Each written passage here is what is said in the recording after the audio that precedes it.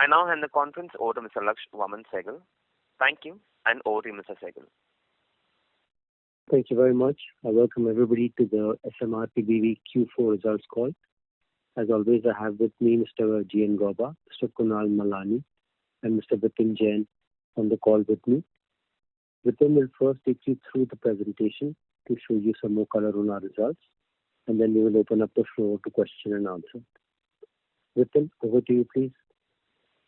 Thanks, Vaaman sir. Good morning, good afternoon, ladies and gentlemen. My name is Vipin Jain and I am the CFO of the company.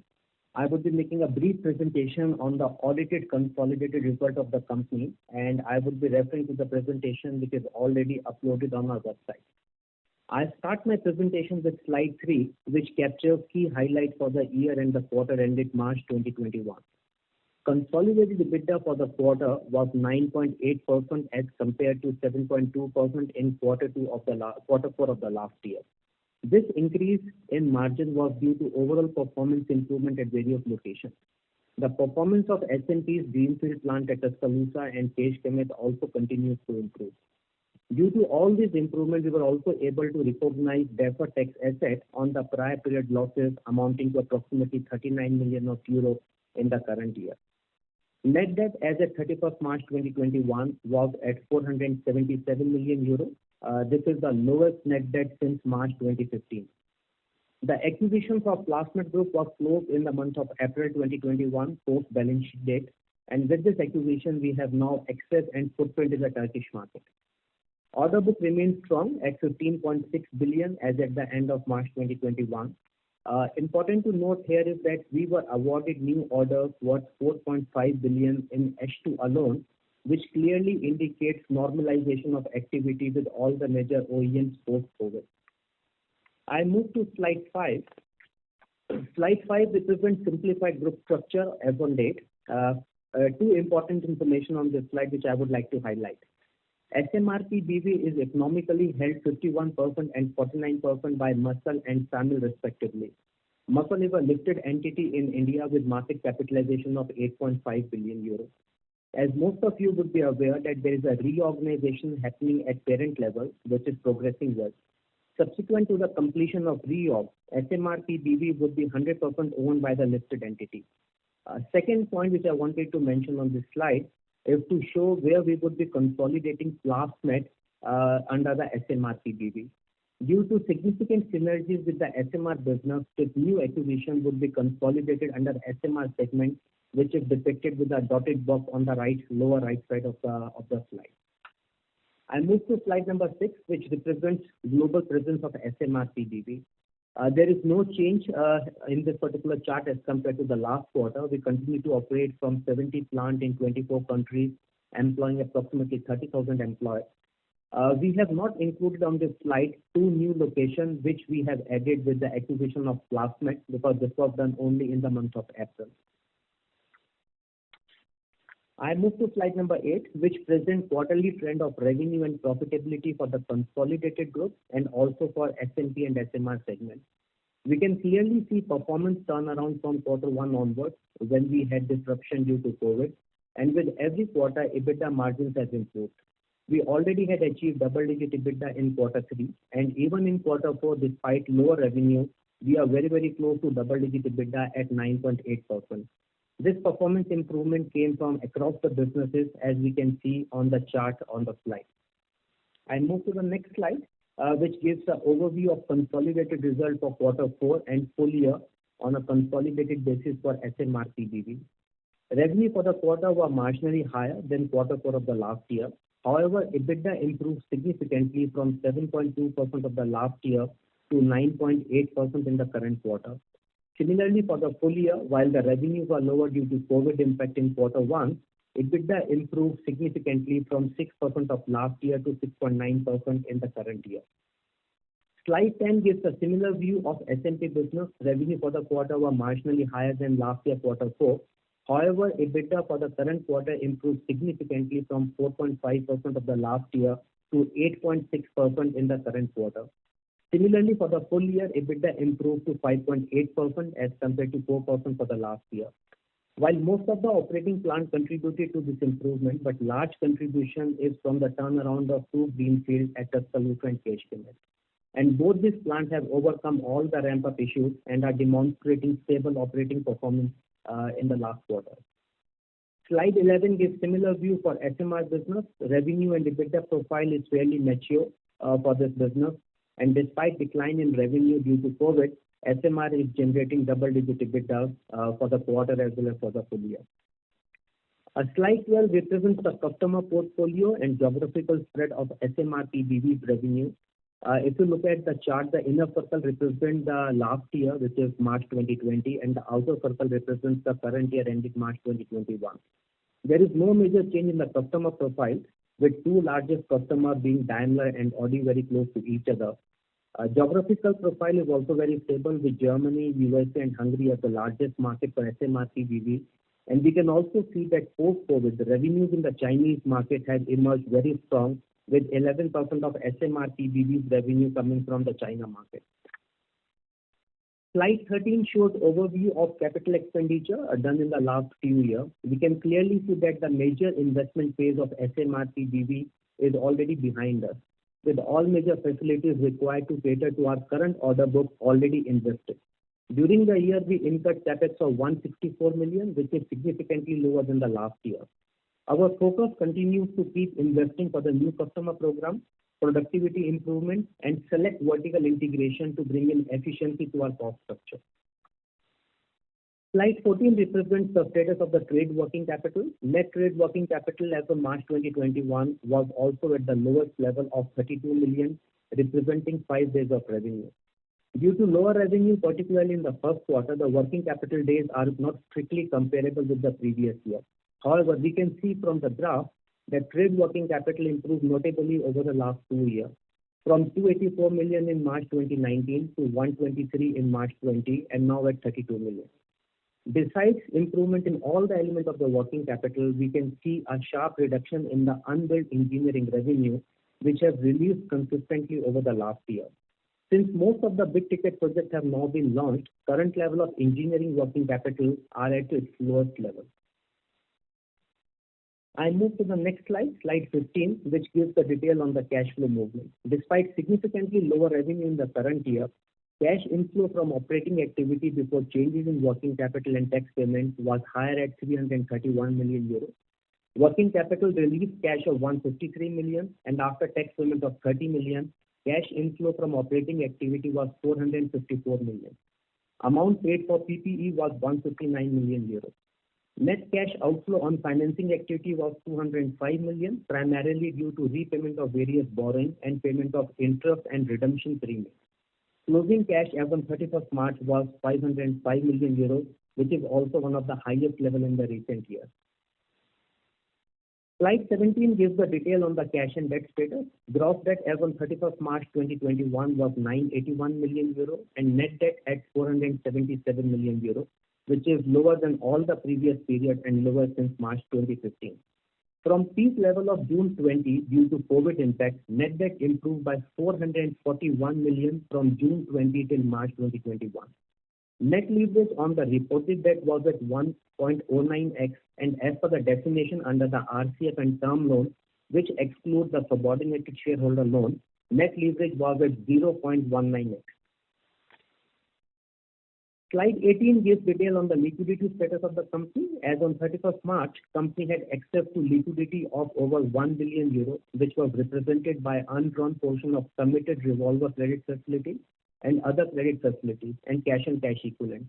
This is calculated with RCF size of 450 million euro, which will reduce to 350 million euro from June 2021 onwards. Maturity profile of gross debt is also fairly spread, with borrowing of only 104 million due within next 1 year. I move to slide 20, which is the last slide on the presentation, which is on the order book of the company. As on 31st March, we had order book of 15.6 billion, which has increased significantly from 30th September order book of 13.1 billion. Orders worth 4.5 billion were awarded during the second half of the year, and orders amounting to 2 billion were put into production and hence were taken out of the order book. Share of dedicated EV vehicles related order book has also grown and approximately 25% of the total order book relates to the dedicated EV vehicles. As mentioned on the cover slide, this clearly indicates normalization of activity at various OEMs, which are now catching up in post-COVID environment.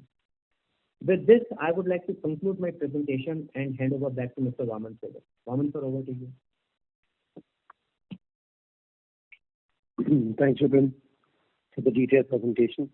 I would request the moderator to please support and open up the floor for question and answers, please. Thank you very much. We will now begin the question and answer session. Anyone who wishes to ask a question may press star and one on their touchtone telephone. If you wish to remove yourself from the question queue, you may press star and two. Participants are requested to use handsets while asking a question. Ladies and gentlemen, we will wait for a moment while the question queue assembles. Participants, you may press star and one to ask a question.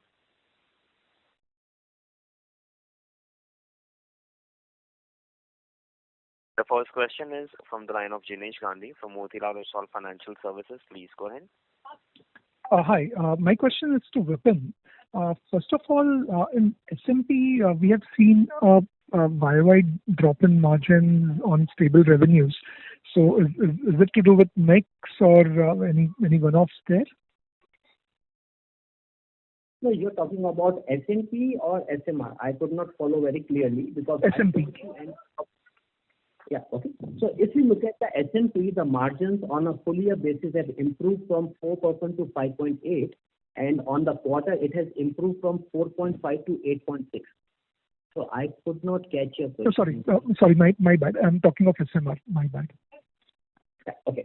So again, to see SMR, because SMR is a mature business, and if you look at the revenues are also lower, not only for the full year, but even for the quarter, the revenues are marginally lower in quarter 4.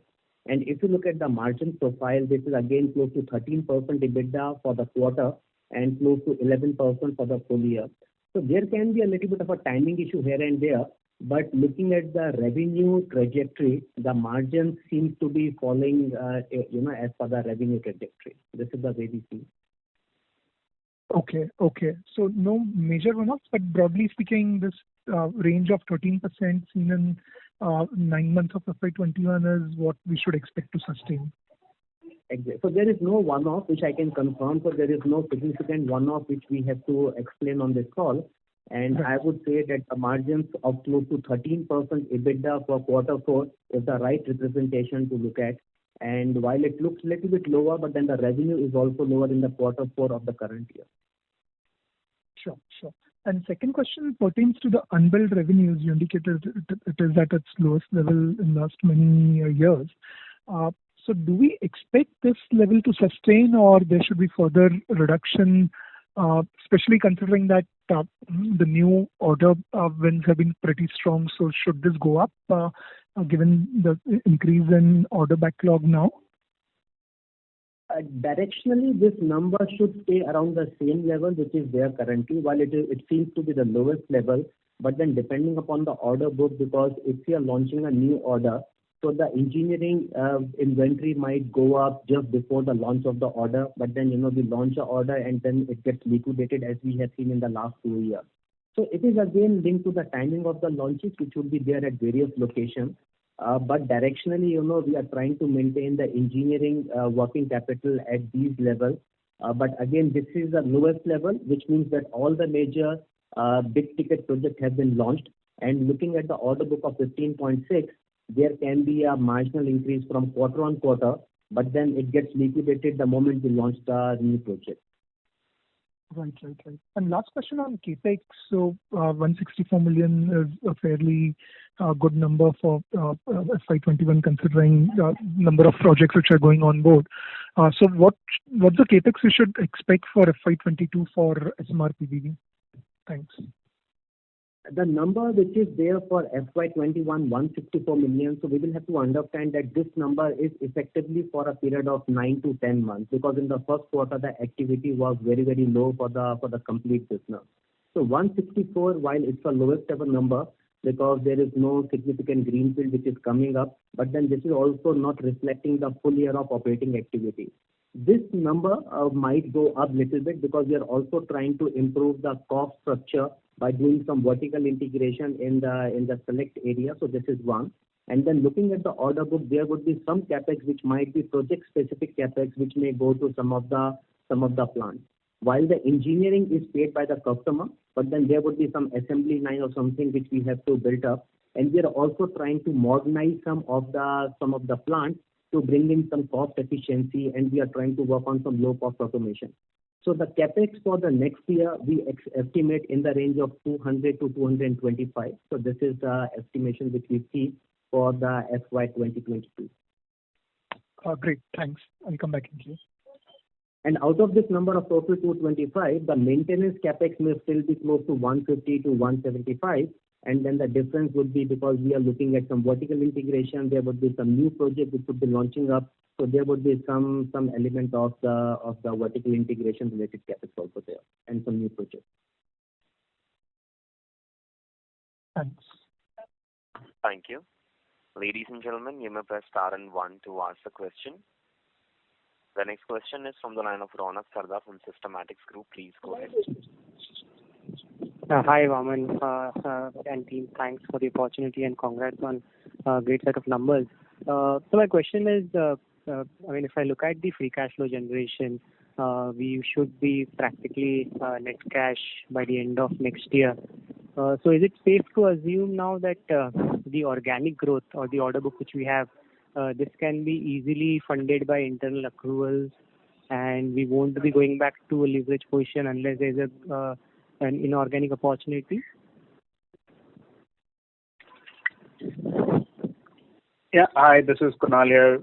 You're absolutely right. For our existing order book and for our existing organic business as a whole, the deleveraging should still continue to occur through the year and ongoing. Right. So my question was, this practically takes care of the entire 15 billion order book which we have, which we have disclosed, right, over the next 3 years. That's right. So the current order book also does not entail setting up any new greenfields or any major organic capex. It is largely on account of our current plant profiles are sufficient for catering to the 15 billion order book. Right. And on the inorganic opportunity, we have a very comfortable balance sheet position now.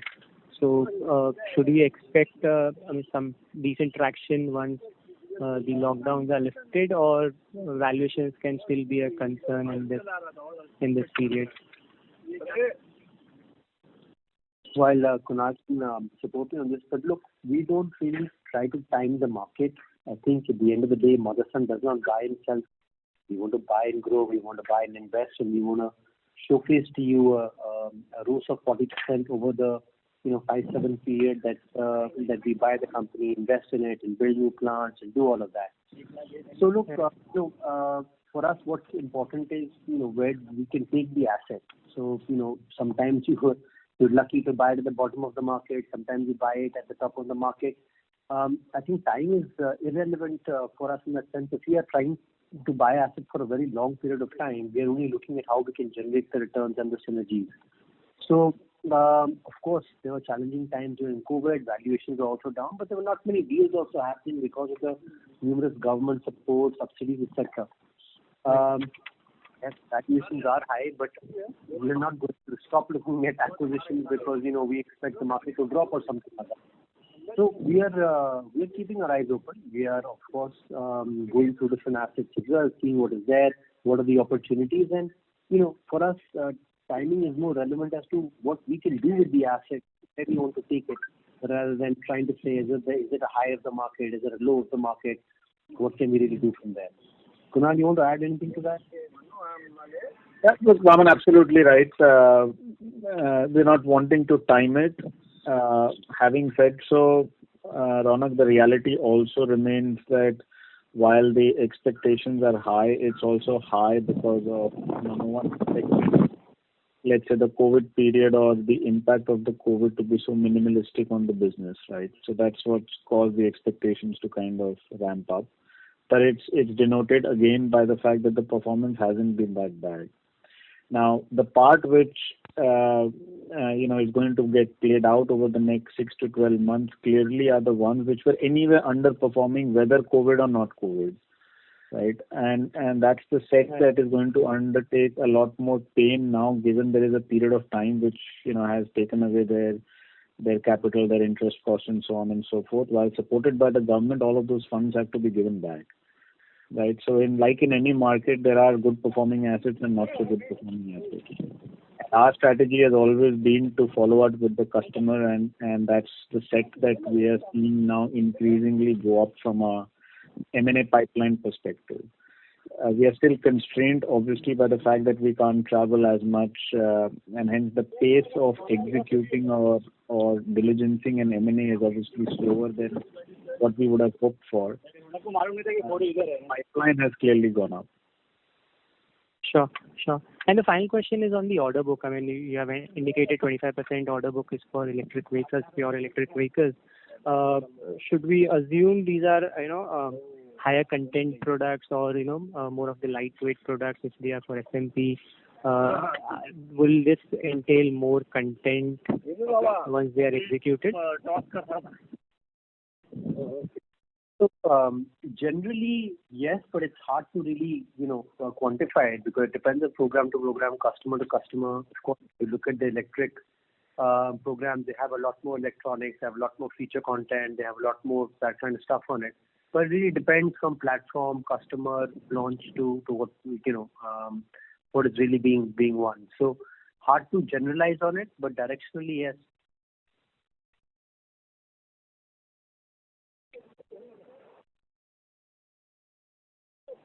Hello? Yeah, sure. Okay. Thank you and all the best. Okay, thank you. Thank you. Ladies and gentlemen, you may press star and 1 to ask a question.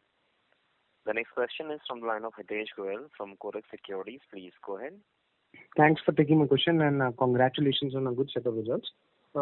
My question is on the order book and also on EV. So first question is on EV. Can you tell us what is in the current revenue, what is the EV revenue right now in FY21 of your 4.8 billion revenue in SMR PV? That's my first question. And the order book you've already given 25. So the line for the participant dropped. We move on to the next participant. Okay. The next question is from the line of Jinesh Gandhi from Motilal Oswal Financial Services. Please go ahead. Yeah, hi. Thanks for taking my question again. Two questions. One is on the core working capital. We have seen that to be fairly stable, excluding this engineering services. So do you expect any savings on that front, excluding engineering revenues on that side? Okay, I can take this question. So the way to look at this particular working capital, if we go into each and every element of the trade working capital, whether we talk about the trade liabilities or the receivable or the inventory or the amortization receivable, we can see a clear improvement in each of the elements which is in line with the revenue. So we are trying to see that how we squeeze our working capital on the inventory side. So there is a clear action plan which is there, and all the operating teams are working in this direction. While the number in terms of number of days may look a little bit bloated, but this is because of the lower denominator on the sales side, because the sales was effectively lower as compared to the last year. So you can't really compare. But if you bring in the same denominator, we will see that the number of days are even lower for the inventory and as well as for the receivable and all the elements. So if we bring in the same denominator, we can see a clear reduction in number of days in each of the trade working capital elements. And this improvement should stay there, and we are trying to see that what are the other possibilities of improving this working capital, each and every element. Okay. And secondly, on the tax rate, given that we had deferred tax assets in this financial year, do you expect tax rate to revert back to 25% considering losses also reducing from greenfield plants? So what should be the tax rate, effective tax rate for next year? So the way to look at the effective tax rate, if we for the time being, forget about all the recognition of the old deferred tax assets, going forward, the effective tax rate should be in the range of 25 to 27%. This is what we see. and this is coming out of the average of the global profitability, which is coming from the global locations. The tax rate would be highest in Germany, which is in the range of 30% plus, but all the other locations are in the mid-20s. So we expect that the effective tax rate going forward should stabilize somewhere in the range of 25 to 26%. Okay, but you don't expect any material deferred tax asset accounting for in FY22? The deferred tax accounting has already been done in this year. All the deferred tax losses or all the losses which were there in the greenfield have already been recognized. So we don't foresee any significant DTA recognition because most of the things have already been recognized in this year. Right. And lastly, with respect to the greenfield plants of Tuscaloosa and Hungary, how far are we from PBT breakeven for those plants, and what is the game plan for that? We continue to make progress. I think plants are performing better and better. They're no longer greenfields, so they have become part of normalized plants, and they continue to improve in their performance. Hopefully, in the near future, we will come back and also inform that we get PBT. But now that they're no longer in the greenfield status, we are just treating them as normal plants and not really giving you much more information individually. But they continue to perform better, and the teams are delivering to the expectations that we have set for them. Sure. So actually, the reason I'm asking this question is given that our current profitability of SMP itself is much better than last few years at about 8 to 9%. And if we expect improvement further on these two erstwhile greenfield plants, should sustainable profitability of SMP be much better than what we have seen in last 2-3 quarters, or how do you see it? Well, you have to understand that the plants are much more than just the greenfields. Of course, the startup costs were significant and the losses that they were incurring. So that's out of the picture now. So the focus is not just on the greenfield. The focus is on the other plants as well to improve and to do better as the new launches or things are coming from the other plants. So it's a combined approach. It's not just something that we're only focusing on the greenfield. And yes, directionally they should continue to do better as the teams perform even better in these plants, and we get even better launches out of the other plants. So it's a combined effort now. We're not only looking at, like you say, the greenfields because they are now part of normal operation. Got it. Thanks. All the best. Thank you. The next question is from the line of Nishit Jalan from Axis Capital Limited. Please go ahead. Yeah, hi sir. Thank you for the opportunity and congratulations on good set of numbers. I have 2 questions. Firstly, on the order book, just wanted to understand how much of this order book is actually the repeat orders, because some programs which we are doing right now that might go away. So in a way, these order books will help us sustain revenues, but obviously not grow revenues. This question is essentially in the light of the comment you made that you don't need any more capex to kind of cater to these order inflows. So wanted to also understand what is the revenue potential from the current facilities that we have. And my second question is on the commodity cost. Like you said that across different businesses you have different arrangements with the OEMs in terms of lead and lag of price increase and commodity prices. Just wanted to understand how is it in SMR and SMP? Do we get is it a pass-through formula, or do we have to negotiate every time whenever we see an increase or decrease in the commodity cost? Thank you. So I'll take the first one and then probably take some support on the second one. For the order book, you have to understand that the order book was never given to you as information to correlate with the sales, growth of SMRP. If you remember, the reason why we started to give it was because we were investing a significant amount of capex into the new plants, and we wanted to give the visibility that these plants are backed up by the new orders. That's why the new orders only contain the total virgin new order that should be there. As orders last for 7 years, 5 years, 7 years, technically that number should also have a second, third, fourth, fifth of unexecuted order in it. But as soon as the first dollar is taken out of that order, we take the full 5 to 7 year out of the order pipeline. So probably that's why you're not getting that visibility, because it was never really meant to be able to give you that. We will consider your comment, and perhaps after we do the reorganization and we come with the new summit. Perhaps we'll look at it for the company and see what we can do there. But there is a mix of repeat and new orders. We haven't gone into those level of information which is leading to a revenue growth, because for us again it's important that we look at it from a plant size perspective, and each plant has to be growing.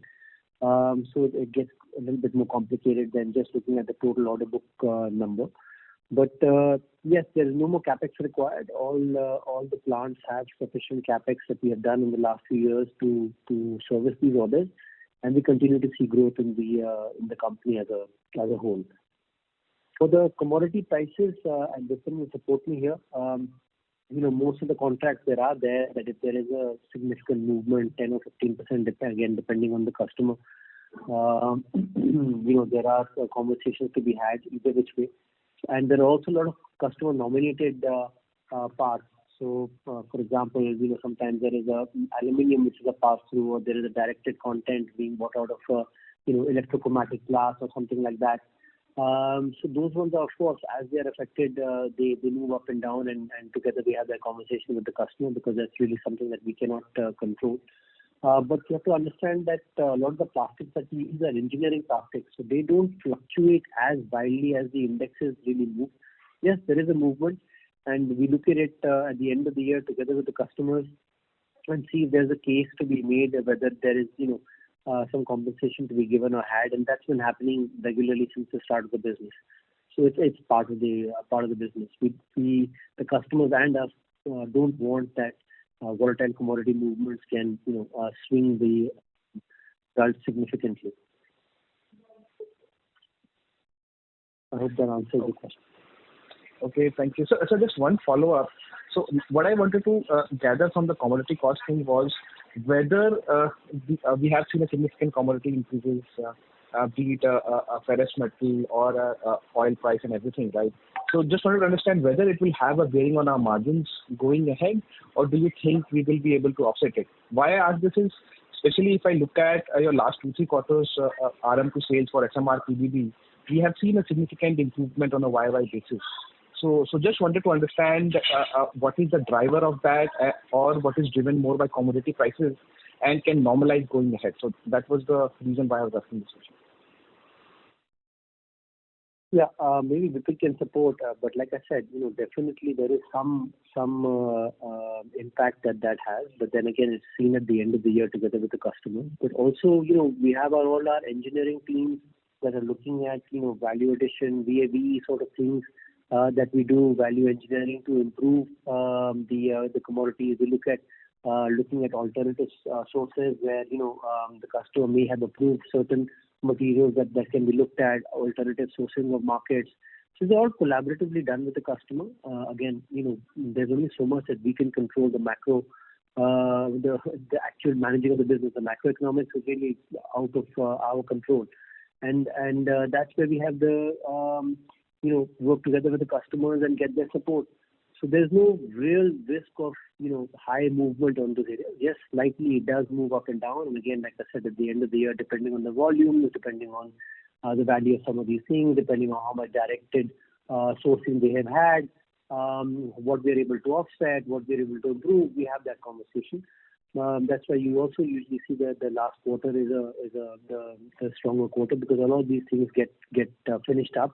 But otherwise, it's a normal part of the process. Nothing remains still, so you have to stay on top of it and keep in close contact with the customer and make sure that you're going back when there's a requirement. Thank you so much, Vaman, for the detailed answer. Thank you. Thank you. The next question is from the line of Nishant Vas from ICICI Securities. Please go ahead. Yeah, hi team. Thanks for the opportunity. I just wanted to get your views on the capital structure perspective. So, from a leverage standpoint, a couple of your bonds still are at a higher cost structure. So, are you planning to look at reduction on that side or retire some of that debt, considering you have strong free cash flows now? So, what would your views be on that? Sorry, Nishant, which debt are you referring to which is high cost? Your 25 bonds are at 3.7% coupon, right? So your 24 are at 1.8. Just Right. would you be? The 25 was a private placement done, which was a 10-year bond. Right. Right. So that doesn't have a call option on it. Okay. So that you don't have an option around that. Yeah. Okay. Yeah. Okay. Fair enough. Thanks a lot. Right. Thank you. Participants, you may press star and one to ask a question. The next question is from the line of Shyam Sundar Sriram from Sundaram Mutual Fund. Please go ahead. Yeah, hi. Good evening. Thanks for all the clarifications you have given so far in the call, team. So my first question is, how do we think about the reduction in revenues, our revenues due to semiconductor shortages at the customer end? So can it be like 5 to 7 days equivalent production at SMR PBV from the Q4 levels? Is that or if we can provide some ballpark, like 5 to 10 days, what could be some range in terms of the revenue reduction due to the semiconductor shortages at the customer end? If you can help us understand it that way, that will be helpful. Look, it's a dynamic situation, so can't really give you an exact number. There are multiple plants, there are different models, there are different customers, there are different platforms. But yes, there definitely has been an impact. The customers are impacted. We definitely will be impacted. So there's no two doubts about that. But mostly what we see is, again, the customer, will do things like they will take some of the maintenance closures early, which they would take in a different quarter. They're probably taking it now to compensate, and then in the following quarter try to catch up. So definitely in the short term, you might see a slight reduction because the car makers are taking extended maintenance breaks, holidays, which are not really usually come in the month of May or June or something like that. And of course, you've also seen, second COVID wave where the customers and the numbers in India. So, that kind of thing happens, but it's not really a long-term impact. The most important thing is that the demand is there. All the car makers are pushing for higher volumes. The shortage is only because the demand is really high. So these are all really positive factors. We believe that the customers will catch up in the subsequent quarters. But in the short term, yes, there is of course a small impact when these kind of extended shutdowns or maintenance breaks are taken. They will perhaps show up out of quarter as they normally would. Understand, Raman. Thanks for that. So essentially, you're saying these whatever shortages will happen during this quarter, the April to June quarter, that you're seeing it as being made up during the subsequent quarters. That is how you look at it, give or take. That's right. And also another thing that I think you will appreciate is that Motherson has a very diversified customer and product space. So not only are we in the passenger car, but we're also, of course, in the trucks, two-wheeler. I mean, as a group as a whole, SMRP a bit more focused on the passenger car, but also are exposed to the other industries. And this diversification, different product groups, etc., help us also to find pockets of growth when these things are there. So generally, we do perform better than the market because we're not really, the 3 CX 15, no customer, no country, no component, more than 10%. More than 15% of our business, and now heading for less than 10% in this 5-year plan, really helps us to overcome these kind of short-term obstacles. Sure. Thanks, Raman. Best wishes. I'll fall back in the queue. Thank you. Thank you very much. The next question is from the line of Chirag Shah from Edelweiss Financial Services. Please go ahead. Hello, am I audible? Yes, sir. Yeah, go ahead, Chirag. Yeah. So 2 questions. One, when I look at your gross block, before depreciation as a combined, it appears that you still have underutilized assets. Is it possible to indicate what are those plants or how big, what is the revenue scope that you have? Is it the right way of looking? Because when I look at some of the historical numbers also, it seems we have a slightly higher gross block as compared to the revenue than what we used to have in the past. Or it is more of a mix issue that is driving the change? I request the guy to take it. I think it's quite a generalized comment. Again, you have to understand that, we're not making steel, slabs or cement slabs or tires or something like that where, the product is a standstill. It really depends on, how many features there are, what the customer is pulling, what variations they have. And you have to understand, just supplying one door, there could be more than 200 different types of doors that are supplied depending on the, the configuration that the consumer wants. The revenue and all is all determined on that. It's quite complex. I think again, the overall direction I'd like to give you is that the overall order book is completely serviceable by our capex and the plants that we have already set up. But Vipin, Gauba sir, maybe you guys can help give some more color on this. I think Vipin and me were talking. So one thing Vipin rightly highlighted that in the new facilities what we have established, whether it is in SMR or SMP, we have gone by our own land and building. So we have not gone for the rented premises, which was the case earlier in many of the investment cases. Secondly, I will have to go back and check, and which I can revert Chirag, because at certain point of time, I'm sure about Ind AS when it was implemented, but how the PPA, purchase price accounting, is done, because you do a revaluation of the asset at that point of time, which is kind of a net block or the asset value, and start depreciating from there. So that is something which I may have to check.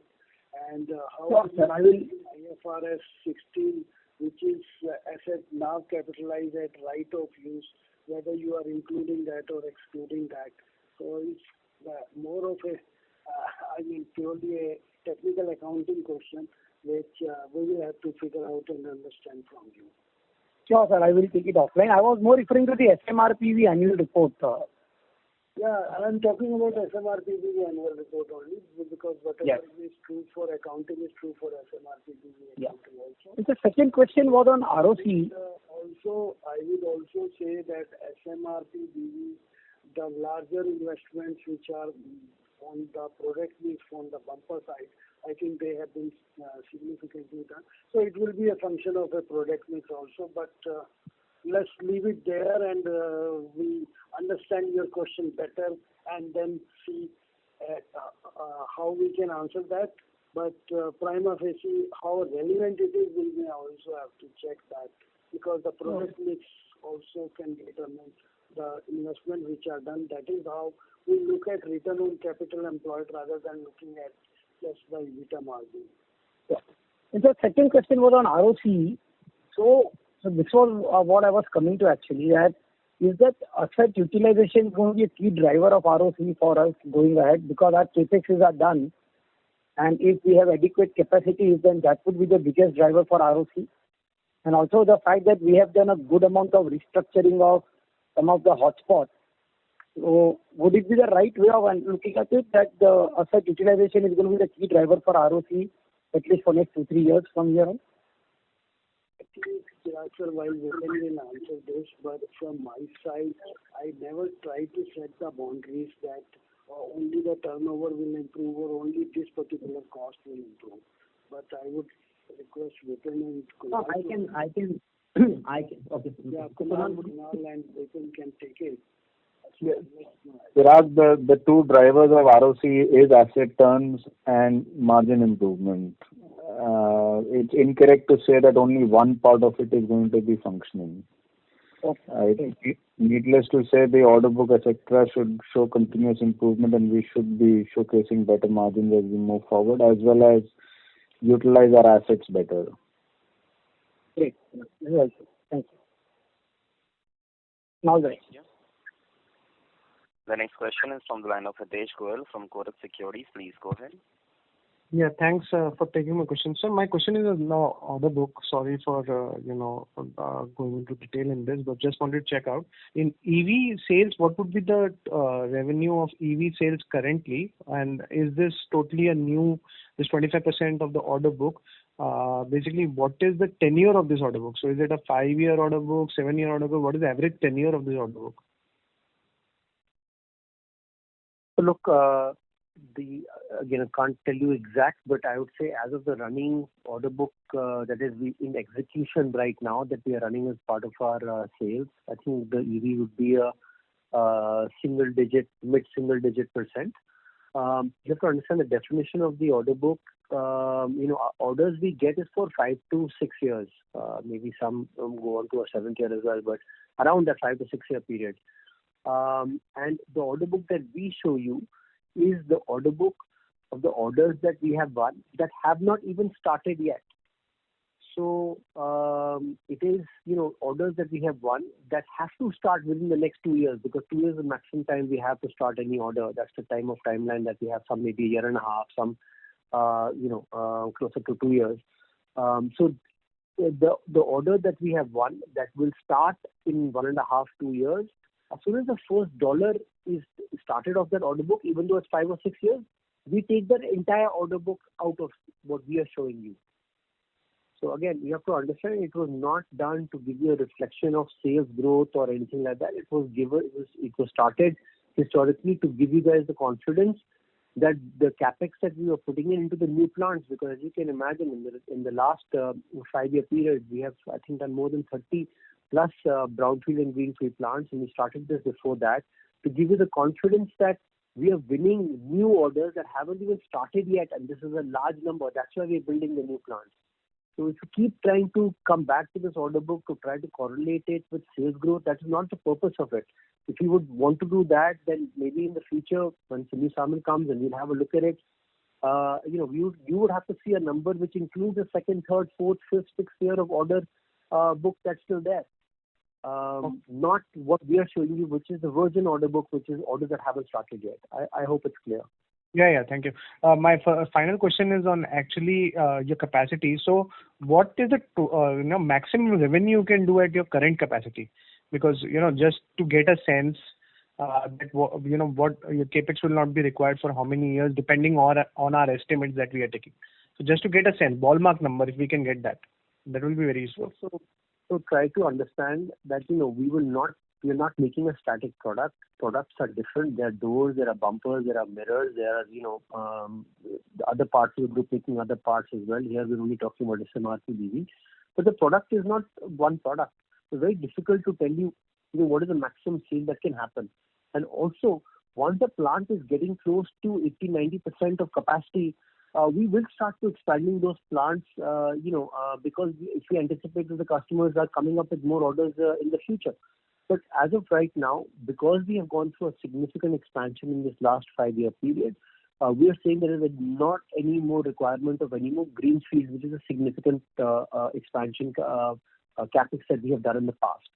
As of right now, we are doing some vertical integration. We talked about a plant that we're setting up in Serbia for SMP. It's a small plant that's more for vertical integration. So those things will happen. And there may also be some brownfield expansion to expand the plants a little bit, to add another additional line, which again, they're marginal in nature. So, again, if you want a very generalized number, you can look at where we are from here, another 10%, 15%. We will start to, start considering building a new plant in general. But again, it really depends what order we have won, what location we have won it. Do we have space to do a brownfield expansion? Is it something that we will acquire and get those capacities? It's really very difficult to give you a number in that sense, because everything is dynamic. And every quarter, as we are coming back, we are talking to you and telling you, what the order book is, how it's looking, and if there's any significant expansion to happen, we will come back and tell you about it. Okay, great. Thank you, Ma'am, and all the best. Thanks. Thank you. A reminder to all the participants, you may press star and 1 to ask a question. The next question is from the line of Nishant Vass from ICICI Securities Limited. Please go ahead. Yeah, hi sir. Thanks again. One clarification to Kunal. Kunal, on the shareholder loan, do you have a similar call restriction on the shareholder loan as well?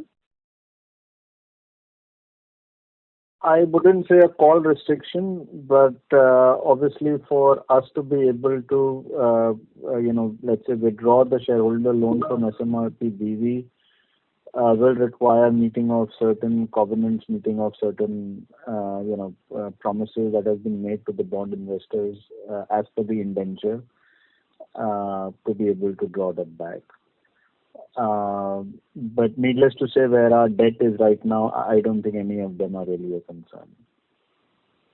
Sure. Okay. The second question is on to Vaman. Vaman, obviously, there has been a lot of question on the order book, and obviously, thanks for sharing more color on the electric side. You briefly made a call in your primary call on the contribution of mirrors, let's say the camera and embedded mirrors in your unexecuted order book for SMR. So just wanted to get a sense in terms of is there a like-to-like direction of swing as you're seeing order book of electric, say for SMR in terms of mirrors, the adoption curve for those customers, those programs on the camera side is at a much higher pace than to say traditional ICE orders that might be still flowing through. Could you share some thoughts on that?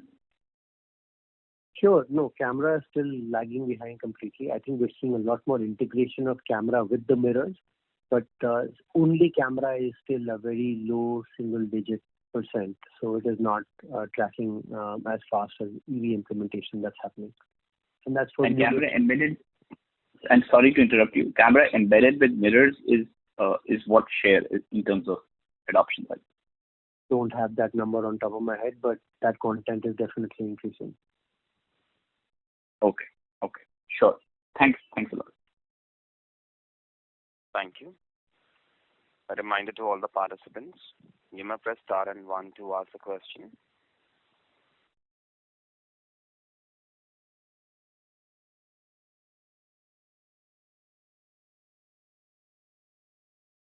Ladies and gentlemen, you may press star and 1 to ask a question.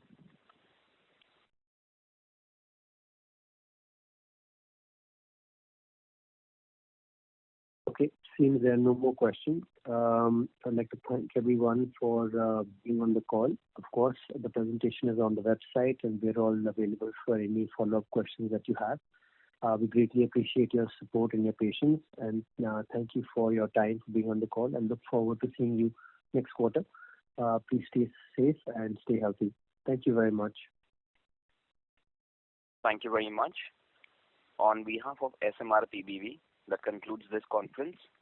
Thank you for joining us. You may now disconnect your lines. Thank you.